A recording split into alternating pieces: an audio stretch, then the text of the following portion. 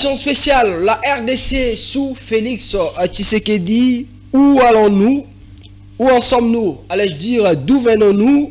Où allons-nous? C'est les intitulés de la dernière tribune d'Adolphe Muzito, ministre du budget sorti ce 24 décembre 2025. Adolphe Muzito qui parle du redressement économique depuis l'arrivée du président Tshisekedi au pouvoir. Cette manière de penser, de réfléchir de l'ancien premier ministre de la République démocratique du Congo, ça fait couler beaucoup d'encre et de salive au niveau de l'opposition. On parle du simple populisme, de l'expressionnisme de la part d'Adolphe Muzito. On va revenir sur les contenus de cette tribune d'Adolphe Muzito. Est-ce qu'il est plutôt dans une logique normale? Vous le savez, c'était la 36e tribune. Muzito, depuis un moment, qui a pris cette habitude de faire ces tribunes. Est-ce que cette fois-ci, c'est la bonne? Une question qui mérite d'être posée. On en parle dans cette édition spéciale. On va aussi revenir sur le bilan du président Tshisekedi durant cette année 2025. Vous le savez, nous sommes passés par les événements nombreux ici en République démocratique du Congo, bénéfiques et maléfiques. Que pense l'opposition congolaise par rapport à la gestion du pays durant cette année 2025 par le président Tshisekedi, mais aussi l'opposition en question? Qu'est-ce que l'opposition congolaise a apporté au peuple congolais durant cette année 2025, en particulier l'Alliance pour les changements du président Jean-Marc Kabund? Alors, pour répondre à toutes ces questions, pour cette édition spéciale, messieurs et dames, vous qui nous suivez de partout, nous recevons pour vous Maître Arnold Bombolo. Il est le DICAB adjoint en charge des questions juridiques du président Jean-Marc Kabund, mais aussi président et cadre du parti Alliance pour les changements. C'est avec lui qu'on va essayer de répondre à toutes ces questions. Certainement, la dernière fois que je vous présente une émission durant cette année 2025, c'est pourquoi je voulais que ça soit avec une personne qui a une manière particulière de réfléchir, justement pour qu'il puisse nous apporter sa manière d'analyser ses opinions au nom de la démocratie par rapport à tout ce qui s'est passé durant l'année 2025 dans notre pays. Maître Arnold, bonjour et bienvenue dans cette édition spéciale. Bonjour chers journalistes, merci pour cette opportunité que vous veniez de nous accorder à travers votre micro pour que nous communions avec les Congolais sur les sujets importants qui touchent à la nation congolaise. Je présente le vœu le meilleur à vous, à l'initiateur de la chaîne, ainsi qu'à tous les personnels de la chaîne CML13. Merci beaucoup, maître. D'entrée déjà, on va d'abord commencer par cette tribune d'Adolphe Muzito. Je pense que vous avez pris connaissance de cette tribune de l'ancien Premier ministre, la 36e tribune, intitulée la RDC sous Félix Tshisekedi. Où en sommes-nous? D'où venons-nous? Où allons-nous? Chers journalistes, vous savez, quand j'ai lu cette tribune, je me suis dit que notre pays a une malédiction qui nécessite une grande délivrance pour ces pays. Ah bon? Vous savez, l'ancien Premier ministre et ministre du Budget, Adolphe Muzito, pense que la tribune a une nature scientifique. Or, la tribune en soi, c'est une pensée de quelqu'un qui ne peut ou ne pas être vérifié sur le plan scientifique. C'est ça la tribune. La tribune n'est pas un article. C'est une opinion. C'est une opinion, comme toutes les autres opinions. Qu'à cela ne tienne, lorsque l'ancien Premier ministre Muzito parlait du redressement économique, j'aurais bien voulu qu'il nous démontre quand est-ce que M. Tshisekedi a redressé l'économie congolaise. Parce que notre économie allait être redressée par le régime Tshisekedi, que si le régime de Tshisekedi nous a produit quelque chose en termes économiques. L'économie ne pouvait pas se baser sur les emprunts. Notre économie devait plutôt se baser sur la production depuis l'arrivée de Tshisekedi au pouvoir. Ce n'est pas le cas. Est-ce qu'on peut nous dire, depuis que Tshisekedi est arrivé au pouvoir, notre économie est basée sur quoi? Parce que l'économie n'est pas basée sur la production. Le Congo mange tout venant de l'extérieur. Le Congo porte tout venant de l'extérieur. Pour donner qu'un exemple banal, même les préservatifs sont produits ailleurs. Le Congo ne produit absolument rien. Et on ne peut jamais parler de la croissance économique sans la production. Mais j'ai lu dans sa tribune, nulle part, M. Tshisekedi, M. Adolphe Muzitu, l'ancien Premier ministre, parle de la production de notre pays. Il ne parle pas. Moi, je vous relance dans la première partie de sa tribune, intitulée « Où en sommes-nous ?», où il parle de la situation pour cette fin de l'année 2025. Il revient justement sur la situation budgétaire et macroéconomique. Il a donné quelques indicateurs par rapport aux chiffres. Vous avez pris connaissance. On ne va pas y revenir tout ici. En deuxième lieu, il a parlé du secteur social. Il revient sur les réalisations majeures, la gratuité de l'enseignement. Il a parlé de la couverture santé universelle. Il a parlé sur les programmes 145 territoires. Il a également soulevé la partie défense et sécurité dans un contexte de guerre. Il est revenu sur les infrastructures et relance visible par rapport au président Tshisekedi et qui lui les place si il continue dans ces rythmes-là certainement.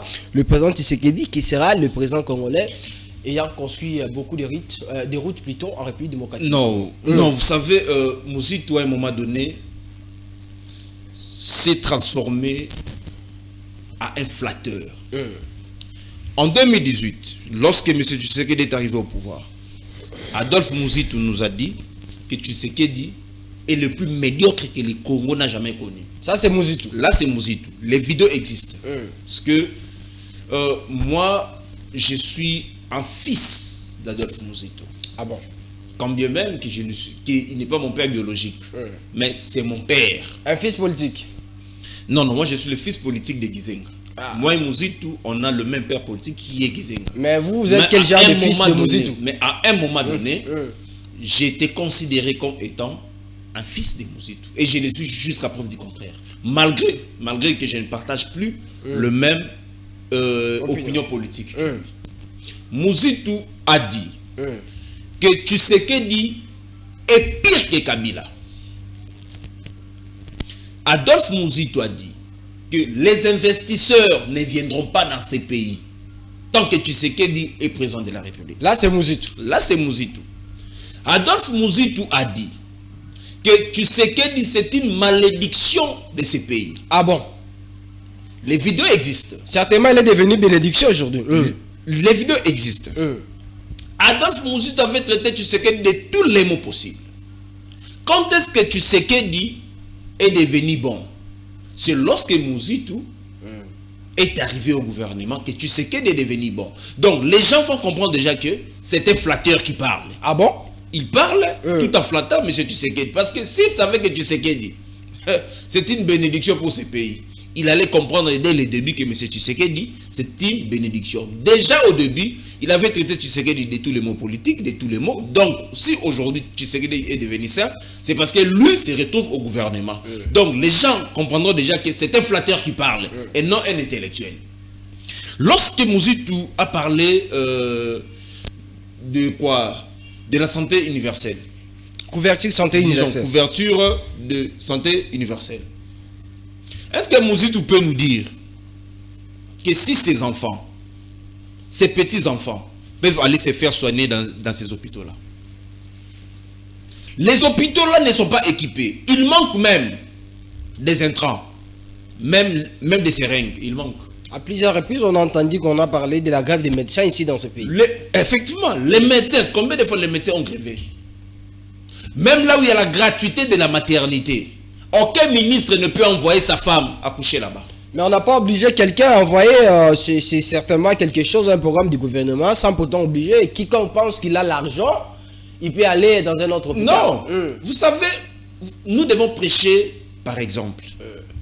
Vous voyez, lorsque le gouvernement dont vous faites allusion initie une action, vous êtes d'abord le premier à expérimenter cette action-là.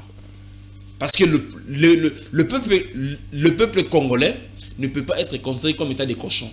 Où il faut d'abord tester le peuple et vos enfants se font soigner à l'extérieur des hôpitaux dont le gouvernement a choisi pour la gratuité de la maternité.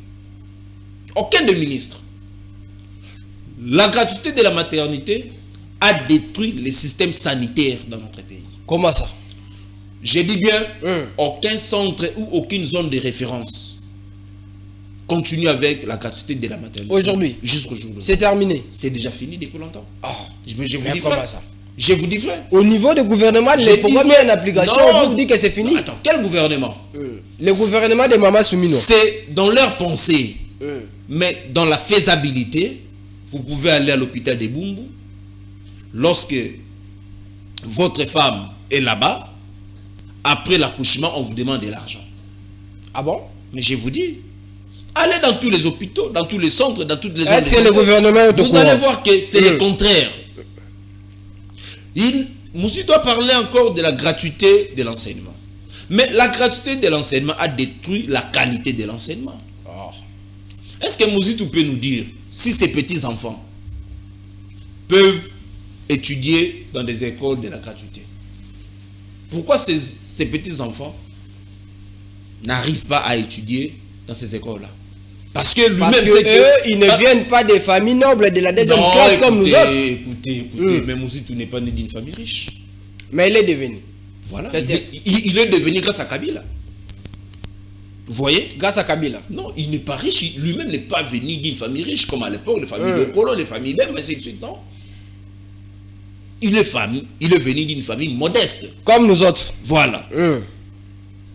La gratuité là de l'enseignement a détruit la qualité. J'aurais bien voulu que Mouzitou nous dise que cette gratuité de l'enseignement a aussi arrangé la qualité de l'enseignement. Dans une salle où à l'époque il n'y avait que 20 élèves, il y a maintenant plus de 100 élèves. On a ajouté les bancs, on a amélioré certaines salles. On a même pas ajouté les bancs. Et les élèves, certains élèves, s'assoient où? Par terre. Allez dans les écoles où il y a la gratuité, vous allez voir. Et c'est cela que Mouzitou parle des natifs. Tony Mwaba avait fait quelques travaux au niveau des écoles justement pour améliorer les conditions. Lorsqu'il parle encore toujours de cette gratuité, écoutez, vous savez, le Congo a une superficie de 2 345 410 km². Les gens confondent le Congo avec Kinshasa. Kinshasa n'a que 9 965 km². Lorsque le gouvernement fait une action dans une ville où il y a la petite superficie, ne pensez pas que c'est que cette ville-là bénéficie, les autres en bénéficient également. Lui-même est du Kwilu, à Kikwiti. Est-ce qu'il peut nous dire combien de routes construites par Tshisekedi ou par le régime de Tshisekedi à Kikwiti? Il est fou même pas là-bas. Kikwiti, jusque-là, il n'y a pas de courant, comme Bandaka. Et si nous prenons que les cas de ces deux provinces-là, vous allez comprendre que Tshisekedi n'a rien fait dans ces pays. Lorsqu'on dit qu'il n'a rien fait... Ça, c'est de la mauvaise foi aussi. Non, lorsqu'on dit qu'il n'a rien fait, c'est par rapport à la superficie du pays et ce qu'il lui a réalisé. C'est tellement minime pour un régime. En 7 ans, Kabila a fait sur 18 ans, il n'a pas fait mieux que Tshisekedi. Je vais revenir. Lorsqu'il parle des infrastructures, il ne peut pas confondre Kinshasa avec le Congo. Je vous ai dit ici que Kinshasa n'a que 9 965 000 km². Ce n'est pas le Congo. Même à Kinshasa en question. Mais ce n'est pas tout Kinshasa qui en bénéficie. Je vous relance, il a cité quelques communes. Il dit l'achèvement de la route nationale numéro 1, c'est plusieurs tronçons, la réhabilitation et la construction des routes urbaines et interprovinciales, le lancement et la reprise des projets ferroviaires, la modernisation progressive des aéroports et des infrastructures, la construction des infrastructures s'oriente vers les soutiens. Il parle de l'agriculture, de l'intégration du marché national, de la diversification. Il a cité beaucoup de choses. Voilà. Il ne fait que citer. Vous savez, hein, c'est parce que Mouzitou n'aime pas la contradiction. Ah bon? Il allait être en face de moi. il cite sans pourtant donner des explications claires, des exemples. Je vous dis d'abord, c'est quelqu'un qui n'aime pas la contradiction. Ah, vous demandez que Mouzito puisse être en face de vous. Mais je vous dis... Débat contradictoire. Débat contradictoire, je vais le démontrer que tout ce qu'il dit est faux. Ah bon? Lorsqu'il parle... D'ailleurs, je vais de vous dire, il a cité des constructions des routes, donc des infrastructures. Je vous dis, allez à Makala. Vous allez voir comment les gens souffrent. Il n'y a pas de route. Et beaucoup confondent Kinshasa avec le Congo. La commune de Makala. J'ai donné que cet exemple-là. Allez à Bumbu. Allez dans plusieurs communes. Ce qui se font à Kinshasa, c'est minime que par rapport même à la taille de Kinshasa. Kinshasa a 9 965 000 km².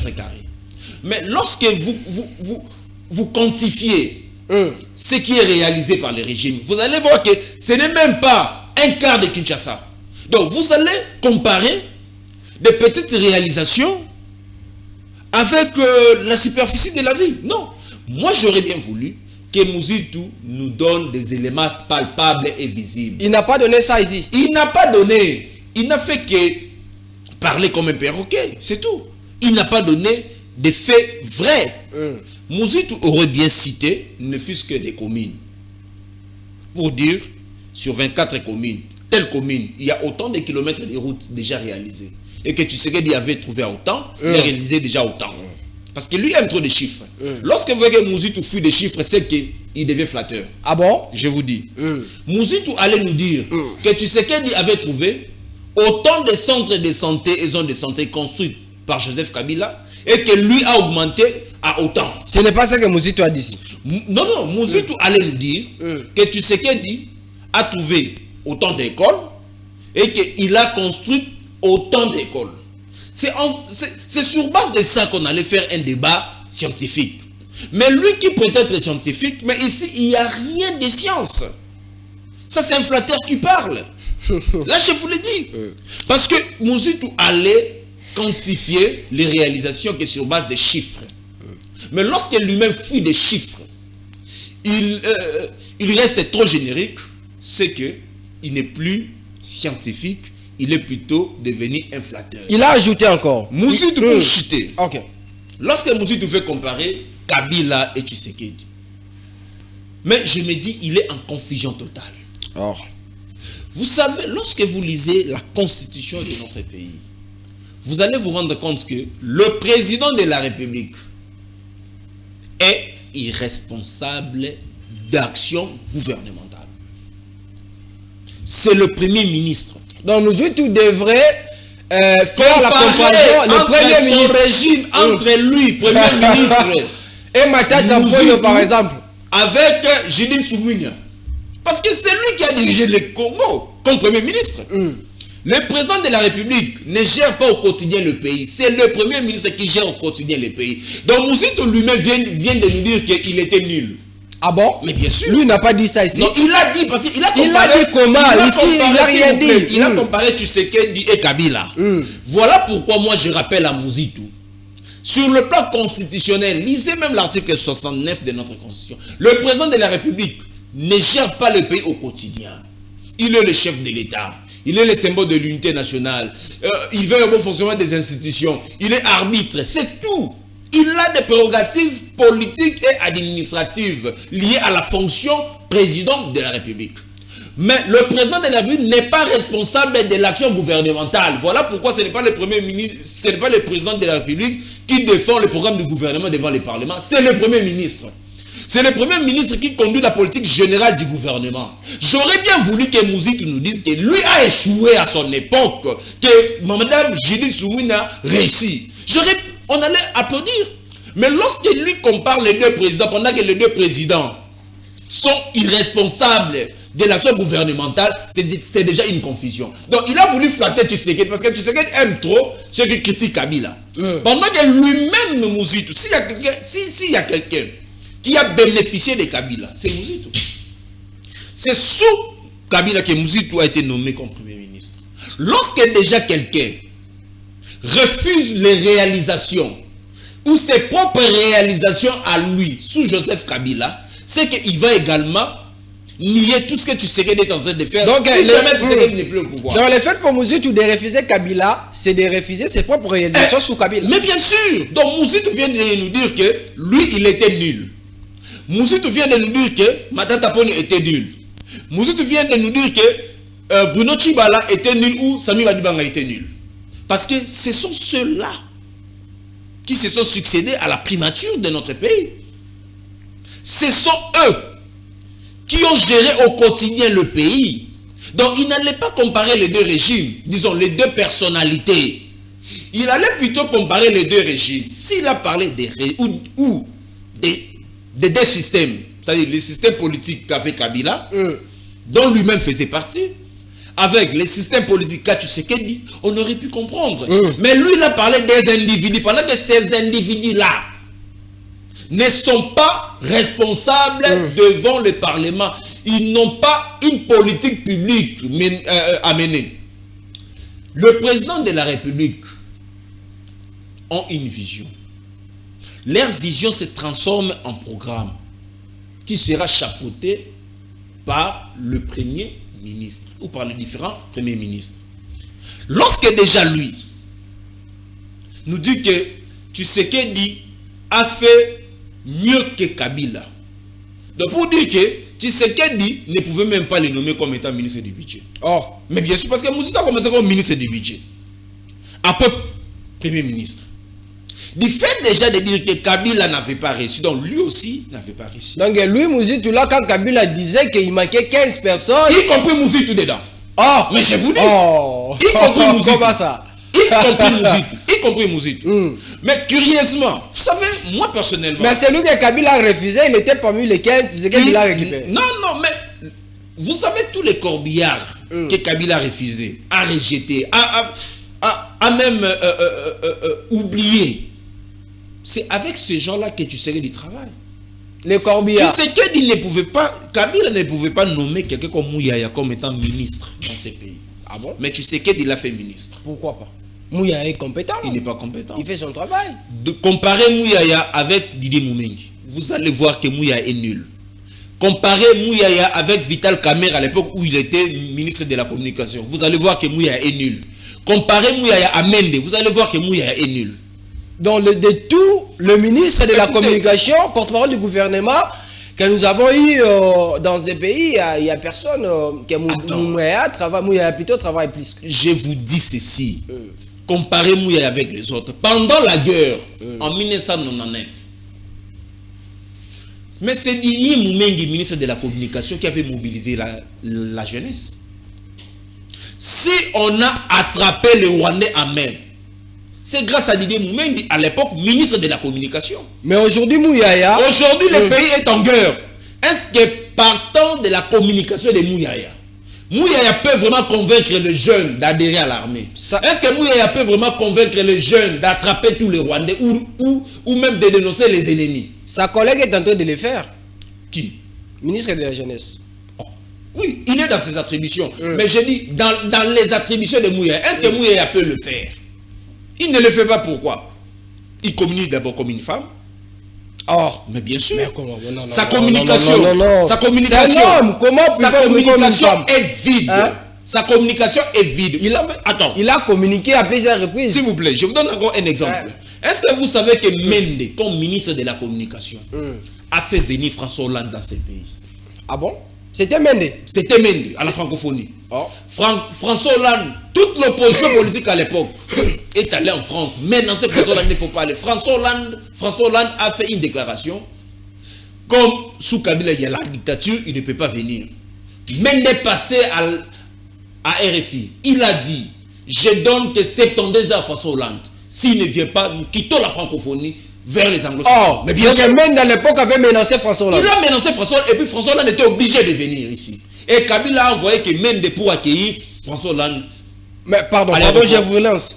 Mouyaya le fait aujourd'hui. Il le fait où? Quand on a parlé que Douvira est passé sous contrôle dans 23, vous n'avez pas vu de Mouyaya qui a parlé des États-Unis. Il est allé faire recours aux États-Unis. Quels États-Unis? Il a rencontré qui?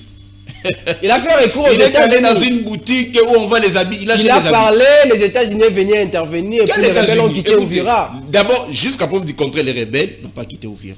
Même les différents communiqués du gouvernement nous montrent que les rebelles n'ont pas quitté Uvira. Quelle communication dont vous parlez? Vous allez voir que Mouya est nul dans la communication. Et donnez encore un exemple. Je vous donne encore un exemple. Kabila ne pouvait pas nommer des ministres comme des Grâce Coutinho. Oh, je vous dis.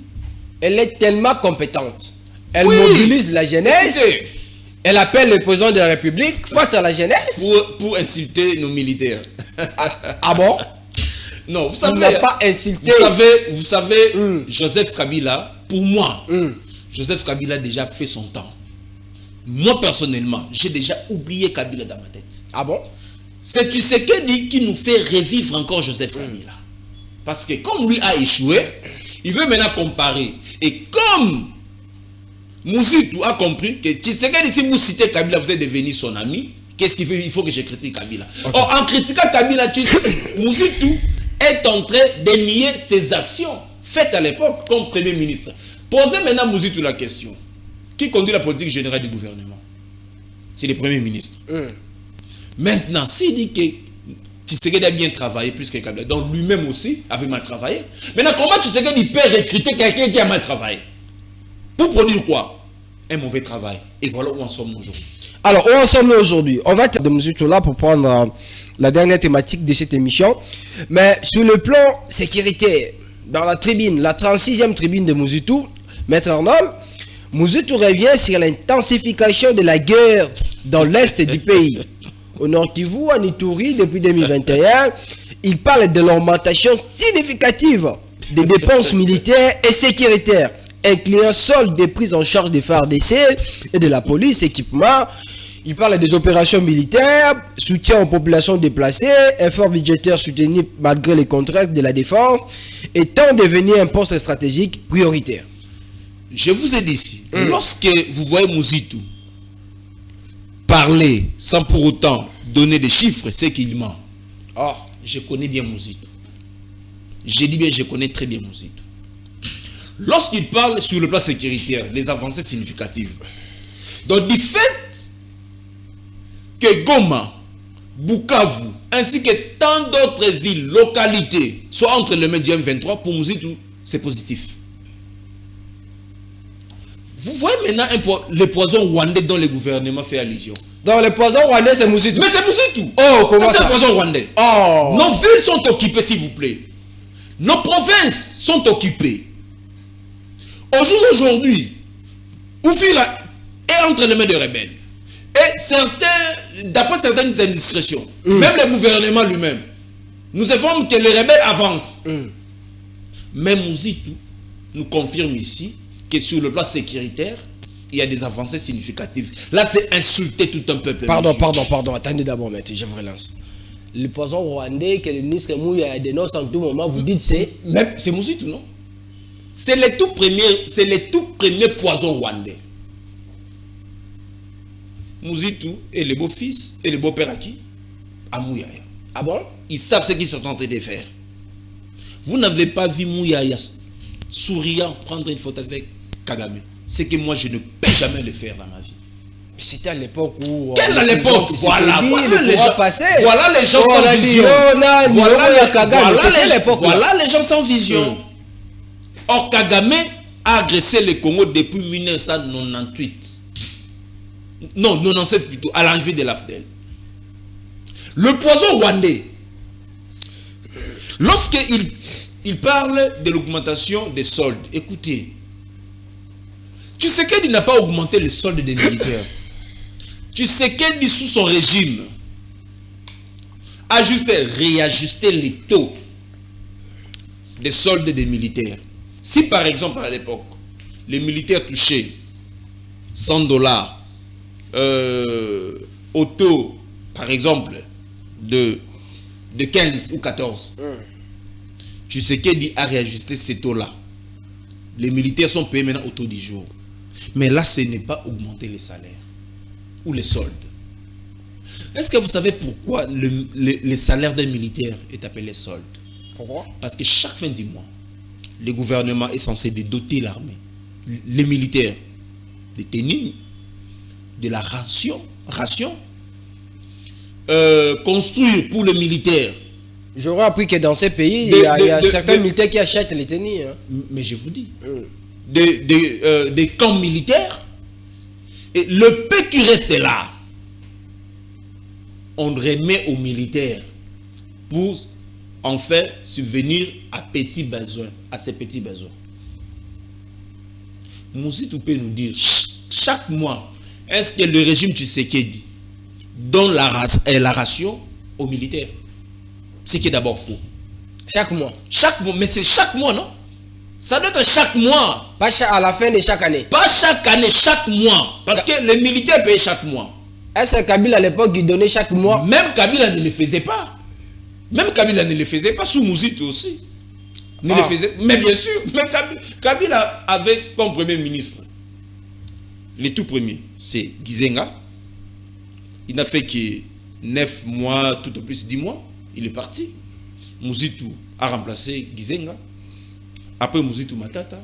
Après Matata Sami Badibang, Sami Bruno Tshibala. Ce sont le premier ministre sous Kabila. Ce sont eux qui ont échoué sous Joseph Kabila. Ce sont eux qui ont fait que Kabila puisse échouer. Si Mouzitou estime que Kabila a échoué, donc lui aussi a échoué. Alors, lorsque Mouzitou parlait des avancées significatives sur le plan militaire ou sécuritaire, qu'est-ce qu'il veut nous dire par là? Combien de camps militaires construits sous régime Tshisekedi? Combien de camps militaires? Est-ce qu'on peut nous citer un seul camp militaire? Mouzitou n'a pas cité ça ici. Ah, voilà. Pour vous dire qu'un flatteur, c'est un flatteur qui parle. Et non un scientifique. Lui, il pense que ces tribunes, ce sont des articles scientifiques. Non, ce sont des pensées. C'est une pensée. C'est ça la nature scientifique d'une tribune. Lorsque vous voyez ici, Mouzitou parle, sans pour autant donner des chiffres, c'est qu'il est en train maintenant de vouloir attirer l'attention de M. Tshisekedi. Parce qu'il sait que M. Tshisekedi n'aime pas le travail, aime que des applaudisseurs. Alors, donc vous allez voir que tout ce que Mouzitou a dit, c'est faux et archi faux. Mouzitou ne vit plus ce que les autres vivent. Les Congolais vivent, les Congolais ne vivent pas, les Congolais vivotent. Parce que aucun Congolais, à part les ministres, aucun Congolais n'a un salaire décent. Aucun. Au jour d'aujourd'hui, pour louer une bonne maison, une maison confortable, même dans des quartiers reculés, il faut commencer à partir de $500. Un fonctionnaire a combien comme salaire?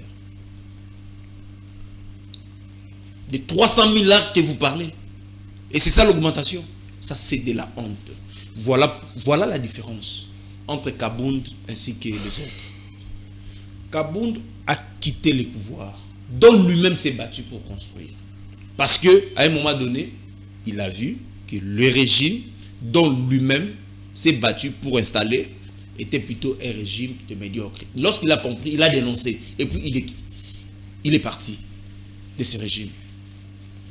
Les corbillards, tout ce monde-là de Bemba traité, tu sais qu'il dit tous les mots, via Bazaïba.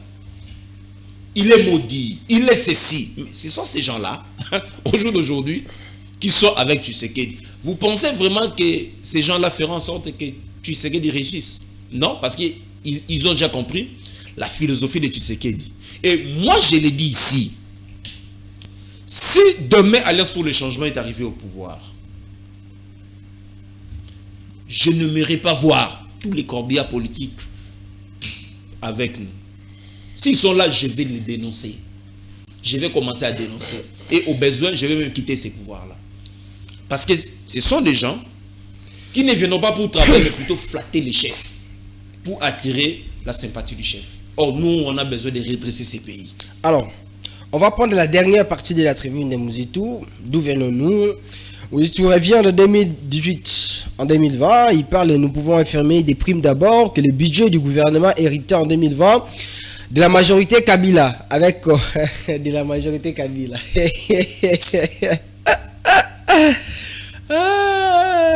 De la majorité Kabila. avec le premier ministre Lukamba était faible, soit de 3,5 milliards de dollars en ressources propres de ses budgets. Le président Tshisekedi, avec sa majorité au courant de ces 2 dernières quinquennats. Il a parlé du triple du budget, et il revient, tout ça, et puis il finit par où allons-nous? Il parle de 2026 à 2030, défis structurels prioritaires face aux défis de l'RDC pour les 5 prochaines années. 2026-2030, quelles sont les perspectives, justement? Il revient sur beaucoup de choses. Il parle lui-même pardon, je termine, maître. Pardon, maître. Il parle trajectoire macroéconomique. Il donne beaucoup de chiffres, il fait des tableaux ici.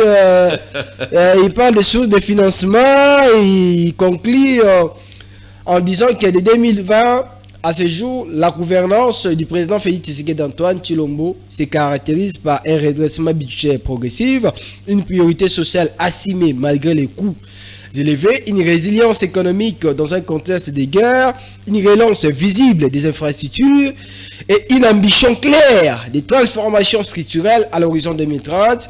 Il faudrait cependant reconnaître les prouesses du gouvernement sous la conduite de la première ministre, j'ai dit Souminois, ça c'est la honte, hein?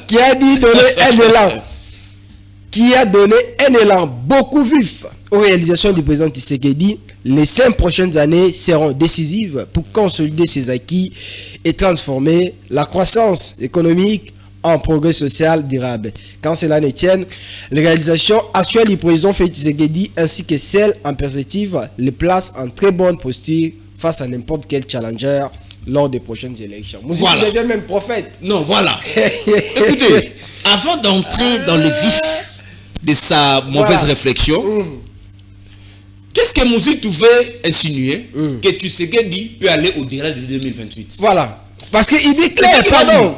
Quand cela ne tienne, mais bien sûr, les réalisations actuelles du président Félix Tshisekedi ainsi que celles en perspective les placent en très bonne posture face à n'importe quel challenger lors des prochaines élections. Vous savez, j'avais fait un bon choix de quitter Mouzitou. Ah bon? Je vous dis. Félicitations. Merci que vous dites, c'est la vérité. J'avais fait un très bon choix de quitter Mouzitou. Parce que Mouzitou maintenant a les mêmes ambitions que moi. Oh. Moi j'ai les ambitions. Pour le moment, je compte devenir ministre un jour. Et Mouzitou a les mêmes ambitions que moi. Lui ne rêve pas de devenir président. Non, il ne rêve plus de devenir président de la République. Lorsque Mouzitou dit que les réalisations de Tshisekedi, d'ailleurs, c'est selon lui. Ces réalisations peuvent faire en sorte que Tshisekedi gagne les élections face à n'importe quel challenger. Donc lui, il veut le glissement. Oh, Tshisekedi est dans son dernier mandat sur le plan constitutionnel. Tshisekedi ne peut plus encore être candidat président de la République dans ces pays. Donc Mouzitou demande à Tshisekedi de violer déjà la Constitution. Vous savez, parmi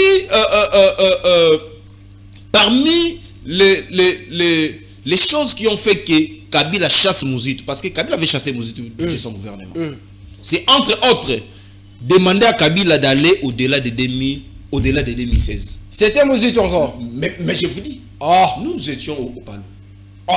Nous étions au Palou. Il était venu dans ces réflexions vides comme ça. Et Kabila a demandé à Mouzitou de présenter sa démission. Parce que c'est Kabila qui a demandé à Mouzitou de démissionner. Donc le président Tshisekedi aussi doit demander à Mouzitou de démissionner. Si Tshisekedi est vraiment un monsieur correct, il va demander à Mouzitou de démissionner. Pour avoir fait quoi? Pour avoir donné l'intention à Tshisekedi de violer la Constitution, d'aller au-delà de 2028 et que Tshisekedi se représente. Vous savez, si au jour d'aujourd'hui Tshisekedi s'est représenté, vous savez ce qui va arriver au pays? Quoi? C'est l'ingouvernabilité. Parce que personne ne va vouloir que Tshisekedi puisse aller au-delà de 2028. Donc Mouzitou déjà met Tshisekedi en difficulté. Donc Mouzitou nous confirme ici que Tshisekedi va aller au-delà de 2028. Parce que là, ce que Mouzitou dit, moi, je pense que ça vient de Tshisekedi. L'autre fois au niveau de... ça vient pas du président Tshisekedi. C'est la tribune d'Adolphe Mouzitou. Mouzitou, écoutez, je connais bien Mouzitou. Mouzitou ne Ce n'est pas le président Tshisekedi qui l'a demandé d'écrire ça. Je connais bien Mouzitou ne peut pas réfléchir sans pour autant présenter à Tshisekedi sa je vous dis, il a réfléchi, il a écrit, il a présenté au président Tshisekedi. Je vous dis vrai, c'est comme ça que Mouzitou... Comment ça.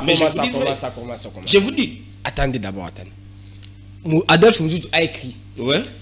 Il a envoyé au président Tshisekedi pour qu'il puisse lire Et le président Tshisekedi a validé. Vous pouvez publier. Oui, c'est ça Mouzitou. La première tribune de Mouzitou, la première jusqu'à 14e ou 15e, j'ai participé, j'étais avec lui. Je peux vous dire, telle tribune avait parlé de ça, Kinshasa affaire au paradis. C'était la deuxième tribune. Donc, je connais bien la personne. Donc ici, Tshisekedi doit demander à Mouzitou de démissionner. Lorsque Mouzitou parle des avancées, écoutez, en 2020, lui Mouzitou était dans l'opposition. Il a critiqué, même pas critiqué, mais insulté même Tshisekedi comme pas possible. Qu'il sera pire que Kabila, un médiocre, un tout. Donc, Tshisekedi était considéré comme un vide par Mouzitou, partant de ses différentes tribunes. Lorsque vous lisez, je crois en 2026, je vais vous amener les tribunes de Mouzitou et vous allez voir les critiques que Mouzitou faisait sur le régime Tshisekedi. Vous aurez des larmes aux yeux. Préparez-moi. Vous aurez des larmes aux yeux. Vous aurez des larmes aux yeux. Prochaine émission en 2026. Au mois de janvier, je viendrai avec. Je viendrai avec. Même amenez-nous ça. Même là où Mouzitou avait dit que si Tshisekedi arrive en 2023, le pays va disparaître. Ah bon? Je vais vous amener. Amenez-moi. C'est pour là que vous allez comprendre que c'est un flatteur. Lorsque Mouzitou parle des avancées, non, en 2020. Mais en 2020, Kabila n'avait plus la majorité parlementaire parce que Kabila n'était plus président de la République. Voilà d'abord où il oublie. En 2020, il y avait la coalition FCC-Cash sous la direction de Tshisekedi. Et c'est cette majorité parlementaire-là qui avait engendré la majorité gouvernementale chapeautée par Ilukamba. Donc il oublie déjà que Kabila avait la majorité parlementaire en 2020. Pendant que Kabila n'était plus président de la République. Lui parle de la majorité Kabila. Quelle majorité Kabila? La majorité parlementaire. C'est la majorité parlementaire. C'est la majorité Kabila, c'est l'homme. Non, quelle majorité? Mais lui-même c'est kabiliste, non? Oh, lui-même c'est kabiliste. Comment lui peut se retirer des kabilistes pendant que lui-même c'est un kabiliste? C'est un lumumbiste. Écoutez, vous savez que si le Palou avait perdu des postes ministériels, c'est à cause de Mouzitou. Ah, vous aussi. Moi, je connais Mouzitou plus que tout le monde. Écoutez, tous ces gens-là qui entourent Mouzitou sont venus après. Moi, j'ai commencé avec Mouzitou depuis le Palou. Je connais Mouzitou. Je connais ses bavures. À l'époque, le Palou avait plus de 10 ministères. Le ministère de la Justice, c'était le fait camarade Misaï. Mais Mouzitou a tout fait, enlever Misaï pour placer Luzolo Bambi, son ami. Ah bon? Qui était du PPRD. Donc le professeur Luzolo Bambi Lessa a été placé par Mouzitou. C'est un ami. Un ami proche à Mouzitou. Mouzitou appelle Luzolo Périclès. Périclès, Luzolo appelle Mouzitou Ched. Ils se connaissent. Je connais bien M. Mouzitou. Mamalo Kawanda, ministre des Transports, il y a eu crash à Kisangani. Mamalo Kawanda a participé à cette conférence de disons quoi, c'est que Tshisekedi tient chaque vendredi ici. Conseil des ministres. Conseil des ministres. On n'a jamais parlé de la suspension du ministre des Transports et des Communications. Mais curieusement, la nuit, Katumba Mwake appela Mouzitou et demanda à Mouzitou de contresigner l'ordonnance pour évoquer Mamalo Kawanda. Pendant que cette question n'avait pas été débattue au Conseil des ministres. Mais Mouzitou n'a fait qu'entériner. Il a contresigné cette ordonnance. Contrairement à Ilukamba. Ilukamba a bloqué les ordonnances du président Tshisekedi. Il ne voulait pas contresigner. Vous voyez un monsieur comme ça, un monsieur léger, un monsieur sans poids politique. Il ne sait pas dire non. À l'époque où tous les postes du Palou étaient ravis, pendant que lui il était Premier ministre. Il est un poids politique. Hein. Écoutez, il est de la Mouka. Non, il a été chassé de la Mouka par Martin Fayoul. Il a été chassé par Fayoul. J'ai dit bien chassé par Fayoul. Je pèse bien mes mots. Et c'est attends, moi je connais bien Mouzitou. Je vous ai dit au début de l'émission, Mouzitou c'est mon deuxième papa. Mais je ne suis pas d'accord avec lui. Et ici, je ne fais que dire merci à mon Dieu pour m'avoir inspiré de quitter Mouzitou. Sinon, je n'allais toujours pas partager cet avis. C'est Dieu ou bien c'est vos ambitions politiques? Non, j'ai dit bien le Dieu, c'est Dieu qui m'a inspiré. Ah bon? Même les ambitions politiques, bien sûr, mais c'est Dieu qui donne toujours les ambitions, qui inspire. Sinon, au jour d'aujourd'hui, je n'allais même pas digérer. Mouzitou, c'est très bien. J'étais, je peux dire, le seul qui disait non à Mouzitou.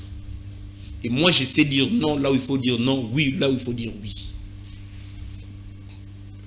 Donc, vous allez comprendre que tout ce que Mouzitou a dit, ne sont que du blabla, dans l'intention d'attirer la sympathie de Tshisekedi. D'ailleurs, le fait déjà de dire que Mama Soumounia est meilleur, donc lui-même, il n'est pas meilleur.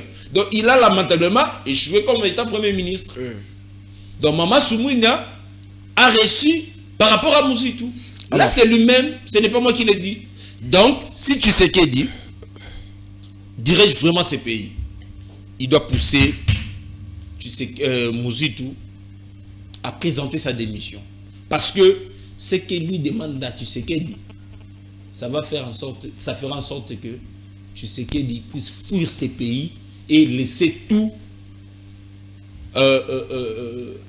ici au pays. Donc ça ne sera pas bon. Alors, Mobutu est parti qu'avec sa femme. Tout ce monde-là qui demandait à Mobutu, tuer les opposants, arrêter les opposants, il n'était pas parti avec Mobutu. Mobutu était enterré. Aucun de ses collaborateurs, je dis aucun de ses collaborateurs, même pas Vundoawe, même pas Vundoawe, le professeur Vundoawe, rien que sa petite famille. Le président Tshisekedi doit se servir de cet exemple pour éviter les flatteurs. Sinon, ces flatteurs-là diront que Ayokaka Bisote. Alors, ils ont cette habitude-là. Et comme Mouzitou s'est aligné sur ces chemins-là, de flatter, alors là, on comprend vraiment que le pays a un problème d'homme. Alors, avec cette tribune d'Adolphe Mouzitou, on a essayé un peu de mélanger avec la gouvernance du président Tshisekedi. Pour les 2 minutes qui nous restent, avant de conclure cette émission, je vais vous laisser l'amabilité, maître, justement de revenir sur votre opinion, sur le bilan du président Tshisekedi, peut-être en quelques mots, positifs, négatifs, durant cette année 2025, mais aussi de nous dire ce que l'opposition congolaise a apporté au peuple congolais durant cette année 2025, en particulier votre parti Alliance pour les changements, parce que les opposants, vous êtes là, on dit que vous, même quand les pouvoirs en place réalisent des bonnes choses, vous êtes là pour critiquer, vous n'acceptez jamais des bonnes réalisations, mais de vous-même aussi, vous avez un rôle aussi important, des obligations envers la population. Qu'est-ce que vous, au niveau de l'opposition, vous avez apporté au peuple congolais durant cette année 2025? Vous savez, durant 2025, le pays a sombré comme pas possible. C'est cette année que Goma, Bukavu, Uvira, ainsi que tant d'autres localités sont passées entre les mains du M23. C'est durant cette année que le gouvernement congolais est allé signer les certificats de décès de la nation congolaise aux États-Unis d'Amérique, dont le chef de l'État a entériné. Durant cette année. C'est durant cette année 2025 que la liberté d'expression, la liberté de penser, la liberté de réunion, toutes ces libertés publiques-là sont confisquées par le régime de Tshisekedi. Les embouteillages, n'en parlons même pas. Les morts des Congolais à l'Est durant cette année, c'est insupportable. Donc, sous régime Tshisekedi, ou sous la gouvernance de Tshisekedi durant 2025, cette année n'était pas bonne pour le pays. S'il faut parler même de quelques réalisations de Tshisekedi, moi je reconnais une seule réalisation de Tshisekedi. Laquelle? Là je reconnais. L'incompétence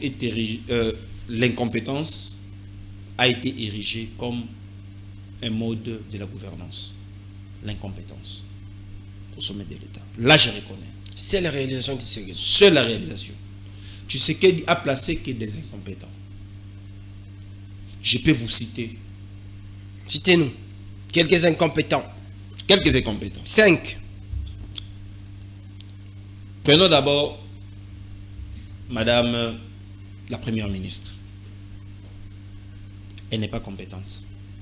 Partant de sa gestion comme Premier ministre. Tous les récrits, en commençant par des Mouzitou, des Grasse Koutino, de Luando, des Jean-Pierre Bemba, ce sont des incompétents. Parce que personne n'a réussi dans son domaine.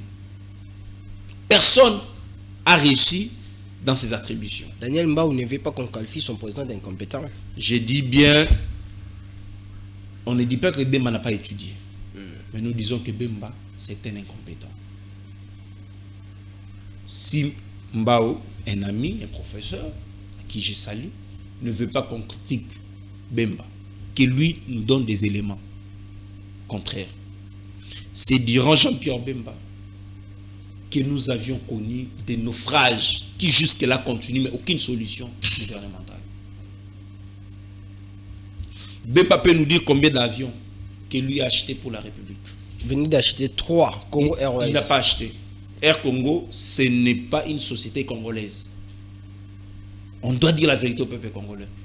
À part Air Congo, on vient de voir 3 avions de Congo Airways.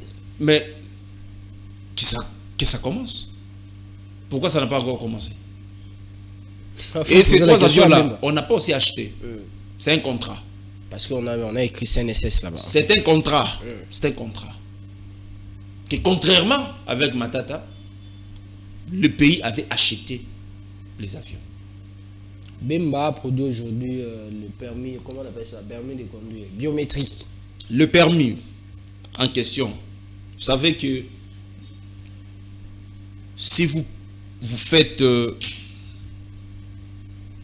les tours du monde, vous allez vous rendre compte que le Congo est le seul pays qui a un permis le plus cher.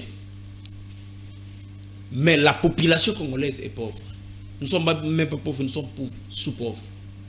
Partant de notre PIB par habitant le jour. Vous demandez à quelqu'un qui touche par exemple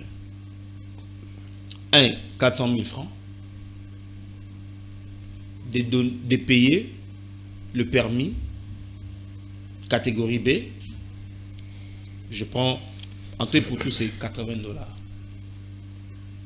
Et si vous donnez $80 là, il faut s'attendre à ajouter encore un $20. Donc $100 pour quelqu'un qui est sous-pauvre, qui a un PIB faible. Vous lui demandez de vous donner $100. Ils n'ont pas vraiment de cœur. Et c'est ce monsieur-là qui vous dit qu'il est compétent. On ne dit pas que Bemba n'a pas étudié, mais on dit qu'il est incompétent parce qu'il n'a pas su donner la solution dans son domaine. Je vous ai cité, donc je peux vous citer presque tous les gouvernements. Mais il y a aussi certains ministres qui ont essayé de faire quelque chose. Je dis bien qui ont essayé de faire quelque chose. Comme par exemple, Liaou, il a essayé. Je ne dis pas qu'il a réussi.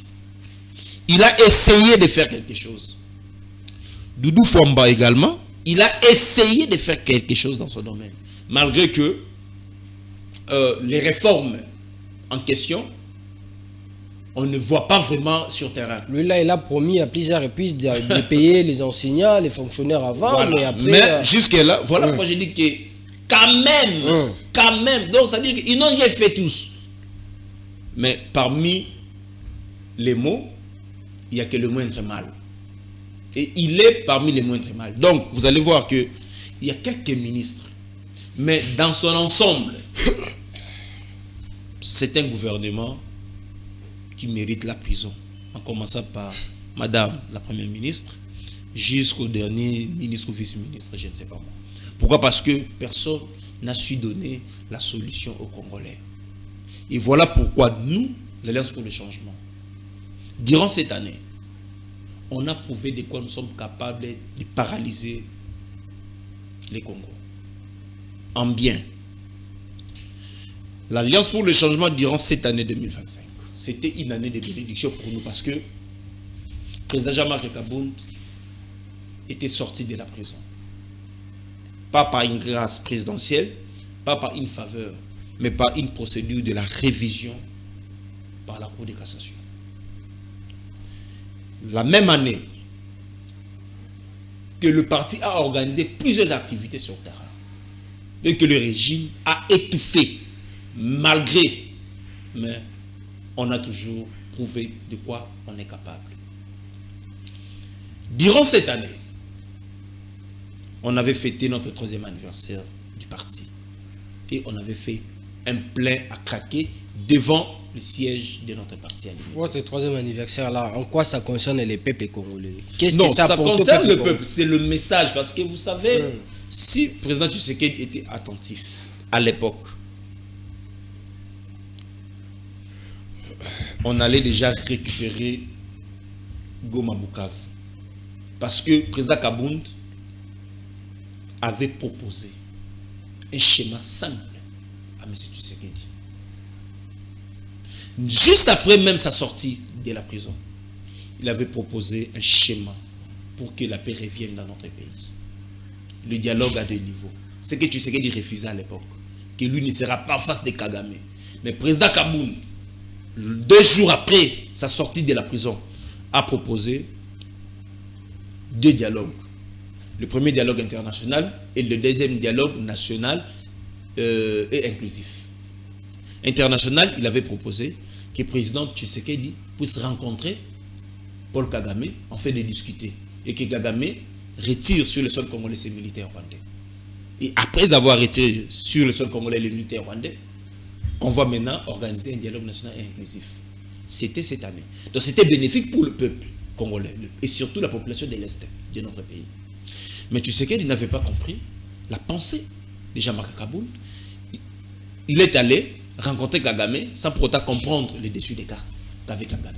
Or, lorsque le président Jean-Marc Kabound demandait un dialogue international, le président Kabound ne faisait pas allusion aux États-Unis parce que Kabound sait très bien que les Américains soutiennent le Rwanda. Par ricochet, le M23. Toujours cette année, l'Alliance pour le changement a proposé un dialogue national et inclusif. Parce que le premier dialogue déjà, Tshisekedi n'avait pas bien compris. Et c'était déjà mal parti. Comme solution, pour que les Congolais se mettent autour d'une table et discuter, réfléchir, pour mettre fin à toute rébellion dans notre pays. C'était bénéfique pour les Congolais. Donc, vous allez vous rendre compte que le président Jean-Marc Kabound avait proposé des propositions bénéfiques aux Congolais. Mais sauf que c'est Tshisekedi qui n'avait pas compris. Donc, pour cette année, l'Alliance pour le changement a prouvé de quoi elle est capable de faire face au régime de Tshisekedi. Donc, pour nous, c'est une occasion de nous féliciter. Vous, et surtout la presse. Parce que cette année aussi, la presse ne nous a pas accompagnés. Ah, mais vous, certainement, vous n'avez pas intéressé la presse. Non, on a toujours intéressé la presse. Lorsqu'il y a une activité, une actualité, il faudra que la presse puisse s'imprégner de la situation. Je donne un exemple. Le PPRD est allé dans un restaurant pour réclamer la libération des Chadari. Toutes les presses. Libérer Chadari. Oui, toutes les presses sont parlées. Libérer Chadari. Contrairement, nous, on a paralysé la ville de Kinshasa. On a paralysé la ville de Kinshasa le 15 décembre. Mais il n'y a que quelques presses qui ont relayé. Pas toutes les presses. Vous voyez? Nous, on a fait des actions sur terrain, des actions palpables et visibles. Et pour l'année 2026, c'est une année décisive pour nous, Alliance pour le changement. Parce que nous devons déjà commencer à recruter nos candidats députés provinciaux, nos candidats députés nationaux sur toute l'étendue du pays. Donc cette année, 2026, l'année qu'on va commencer la semaine prochaine, sera une année décisive. Mais l'année 2025, ce n'était pas vraiment une bonne année pour la République démocratique du Congo. Attends, Arnold Bombolo, vous concluez l'émission. En conclusion, ce que les Congolais doivent retenir, partant du premier sujet, mon papa, Adolphe Muzitu, c'est un flatteur. Il n'a voulu que flatter tout ce qu'il dit. Il n'a pas réfléchi. Il n'y a rien de la réflexion dans tout ce qu'il a dit là. Lorsque vous voyez Muzitu fuir des chiffres, c'est qu'il y a un problème. Pour cette année, 2025, l'année n'était pas bonne pour notre pays. Nous sommes occupés par une armée étrangère dont le gouvernement congolais n'est pas capable de nous récupérer ce qui nous a été ravi par la force. Le gouvernement pense que le dialogue international, c'est la meilleure des solutions. Nous nous disons non. Vous pouvez dialoguer sur le plan international. Tant qu'ici, il n'y a pas l'unité, il n'y a pas la cohésion, ces dialogues internationaux-là ne vont pas produire quoi que ce soit. Voilà pourquoi cette année, l'opposition, on a exigé un dialogue national et inclusif. Le dialogue pour nous n'est pas un moyen de demander, mais ça devient une évidence. Devant les évidences, on s'incline. Pourquoi? Parce que Tshisekedi, sur le plan militaire, lui-même a traité des militaires comme étant des clochards. Donc, nous ne sommes pas capables de faire face sur le plan militaire. Alors, dialoguons, même avec les rebelles, avec tout le monde, pour mettre fin et voir 2028. Je profite de l'occasion, saluer le peuple congolais et souhaiter également le meilleur vœu, le vœu de bonheur à vous, à toute la chaîne ainsi qu'aux Congolais. Merci beaucoup, Maître Arnold Bombolo. Je rappelle que vous êtes le DIRCAB adjoint du président Jean-Marc Kaboun, en charge des questions juridiques et cadre du parti Alliance pour le changement. Merci d'avoir accepté notre invitation et d'avoir répondu à toutes nos questions. Surtout, merci d'avoir nous accompagné durant toutes ces années 2025. Merci beaucoup à vous également. À toutes et à tous. Merci de nous avoir suivis. C'est un réel plaisir pour moi de vous présenter cette édition spéciale. C'était ma toute dernière présentation de l'année 2025. Vous étiez nombreux, vous nous avez accompagnés dans des moments difficiles. On ne peut que vous remercier. C'est pourquoi j'en profite pour remercier quelques personnes. Vous êtes tellement nombreuses, je ne peux pas remercier tout le monde parce que on n'a pas le temps. Mais Hervé, monsieur Willinsay, pour Amouraba et sa femme Sylvie Manunga depuis la France. Merveille à maître Franck Ebobo. Merveille à maître Grace Lokité. Merveille à vous Natacha Mambenyanteba, la seule et l'unique. Merveille à vous mon ami Yayus. Merveille à vous mon ami Jemima Fitirmet. Merci à vous tous. Merci pour vos messages. Merci pour vos accompagnements. Merveille à toi, Prince Likoulia Bacha. Merci à vous, Eli Likoulia Bacha, Christian Bacha. Merci au coach Chims Diega et à vous tous, membres du BCA Jacam. À toutes et à tous, merci de nous avoir suivis. Retenez ce que disent les sages ce soir pour cette toute dernière émission, ce tout dernier numéro de cette édition spéciale. Tu peux bâtir ta vie sans anéantir celle de l'autre. Tu peux construire ta réputation sans salir celle de l'autre. Tu peux aussi devenir utile dans la société sans pourtant faire du mal aux autres. Nous ne sommes pas là pour impressionner et faire du mal aux gens, mais nous sommes juste à la recherche du bonheur et meilleur. Au maestro Issa Kazaka. Merci. Que vive la République, vive la RDC. Restez-nous toujours fidèles.